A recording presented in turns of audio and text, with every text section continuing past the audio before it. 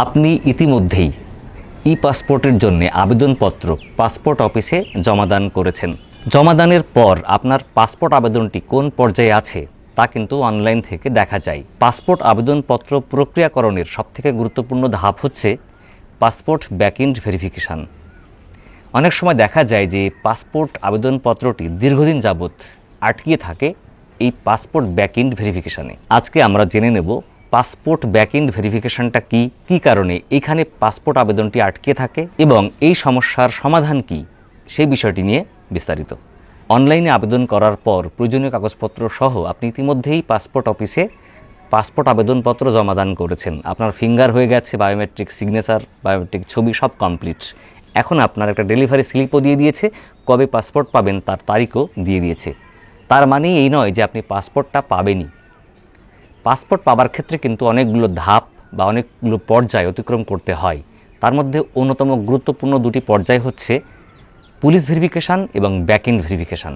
যদি এমন হয় আপনি প্রথমবারের মতো পাসপোর্টের জন্য আবেদন করছেন, তাহলে কিন্তু আপনার পাসপোর্টের আবেদনপত্রটি অধিকতর যাচাই বাছাই করার জন্যে পুলিশ ভেরিফিকেশান হবে। অন্যদিকে যাদের পূর্বেই পাসপোর্ট ছিল, এখন নবায়নের জন্য আবেদন করছেন, কিংবা কোনো সরকারি চাকরিজীবী যদি নতুন পাসপোর্ট পাওয়ার জন্য আবেদন করেন, তাহলে তাদের আবেদনের ক্ষেত্রে আর পুলিশ ভেরিফিকেশান হয় না। যাদের পুলিশ ভেরিফিকেশান প্রয়োজন হয় তাদের স্বাভাবিকভাবেই পুলিশ ভেরিফিকেশান হবে, তারপরে সেই ব্যক্তি পাসপোর্ট পাবেন। যদি কোনো সময় কোনো কারণে এই পুলিশ ভেরিফিকেশানটা ফেল করে বা রিপোর্ট নেগেটিভ আসে, তাহলে কিন্তু আপনি পাসপোর্ট পাবেন না।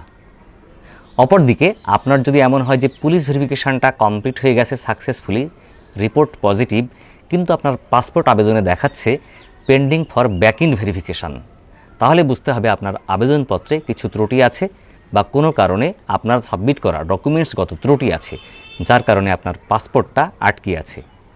ব্যাকএন্ড ভেরিফিকেশান মূলত পুলিশ ভেরিফিকেশান নয়, এটা মূলত আপনি অনলাইনে যখন পাসপোর্টের জন্য আবেদন করেছেন তখন যে সমস্ত তথ্য দিয়ে আবেদন করেছেন এবং তার সাথে যে সমস্ত সাপোর্টিং ডকুমেন্টস দিয়েছেন, এই ডকুমেন্টসের সাথে আপনার আবেদনপত্রের তথ্যের মিল আছে কিনা সেই বিষয়টি যাচাই বাছাই করার নামই হচ্ছে ব্যাকএন্ড ভেরিফিকেশান। কখনো যদি এমন হয় যে আপনার আবেদন করা তথ্য এবং সাবমিট করা তথ্যের গড়মিল আছে, মিল নেই, পার্থক্য আছে, তখনই কিন্তু এখানে আপনার পাসপোর্ট আবেদনপত্রটি আটকে যাবে। কোন ধরনের অমিল? যেমন আপনার এনআইডিতে নাম আছে মোহাম্মদ রহিম উদ্দিন, আপনি আবেদন করেছেন মোহাম্মদ রহিম, তাহলে ভুল। যদি একইভাবে নিজের নাম, পিতার নাম, মাতার নাম, স্পাউস নেম, পেশা, বর্তমান ঠিকানা, স্থায়ী ঠিকানা কিংবা আপনার জন্ম তারিখ সহ অন্যান্য তথ্যের কোনোখানে যদি অমিল থাকে, তখনই আপনার এই পাসপোর্ট আবেদনপত্রটি আটকে যাবে। বা যদি এমন হয় যে আপনার পূর্বে একটি পাসপোর্ট ছিল, যে পাসপোর্টটা জন্ম সনদ দিয়ে করা, বর্তমানে আপনি এনআইডি দিয়ে পাসপোর্ট আবেদন করবেন, কিন্তু জন্ম সনদ পাসপোর্টের তথ্য এক, আপনার এনআইডি তথ্য অন্যরকম।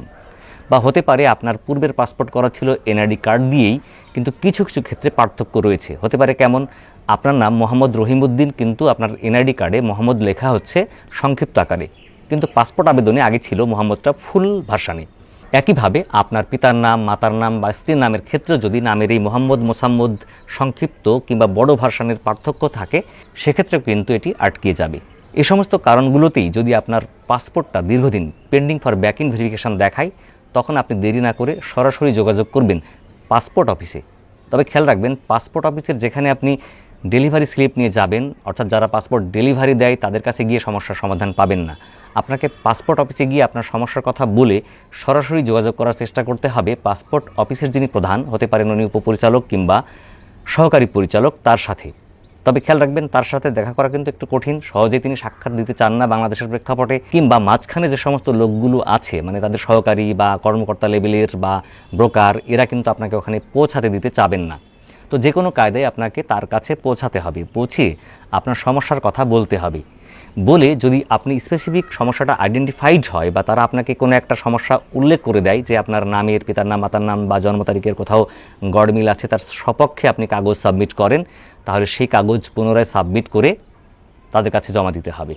যদি এমন হয় পিতামাতার নামের ক্ষেত্রে একটু পার্থক্য রয়ে গেছে কিন্তু মেজর পার্থক্য নয়, তাহলে আপনার কাছে হয়তো তারা এফিডেভিট চাইতে পারেন, আপনার পিতামাতার এনআইডি কিংবা স্ত্রীর এনআইডি চাইতে পারেন। তারই আলোকে আপনি সে সমস্ত কাগজপত্র তাদের কাছে সাবমিট করবেন। আর যদি এমন হয় এটা মেজর কোনো সমস্যা না, এই সমস্যাটার সমাধান ওই উপপরিচালক কিংবা সহকারী পরিচালক করতে পারবেন, তখন তিনি আপনার আবেদনের অনুমোদনের সপক্ষে একটি মেইল পাঠাবেন প্রধান কার্যালয়ে, কিংবা তারা যোগাযোগ করবেন প্রধান কার্যালয়ে আপনার ফাইল নাম্বার ধরে এবং অবগত করবেন বা বলবেন যে আপনার ফাইলটা ছেড়ে দিতে বা এই ফাইলের কার্যক্রম পরবর্তী ধাপে নিয়ে যেতে। তখনই আপনার এই আবেদনটা pending for back end verification থেকে প্রিন্টিং পর্যায়ে যাবে, আদারওয়াইজ কিন্তু এখানেই আটকে থাকবে।